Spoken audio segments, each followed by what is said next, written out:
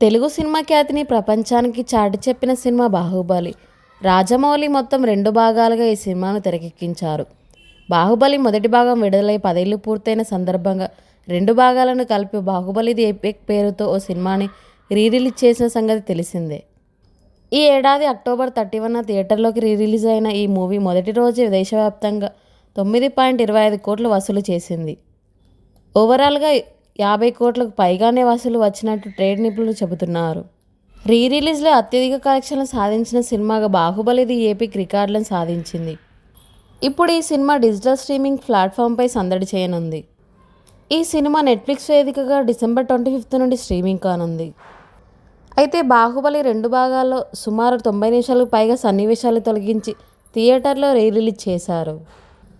శివుడు Avantika love story, పచ్చబొట్టేసిన song, ఇరుక్కుపో సాంగ్, కన్నా నిద్రించరా సాంగ్, యుద్ధానికి సంబంధించి కొన్ని సన్నివేశాలను థియేటర్ వెర్షన్లో తొలగించారు. అయితే ఇప్పుడు వీటిని ఓటీటీ వెర్షన్లో యాడ్ చేస్తారని తెలుస్తుంది. ప్రస్తుతం ఈ విషయం సోషల్ మీడియాలో వైరల్ అవుతుంది.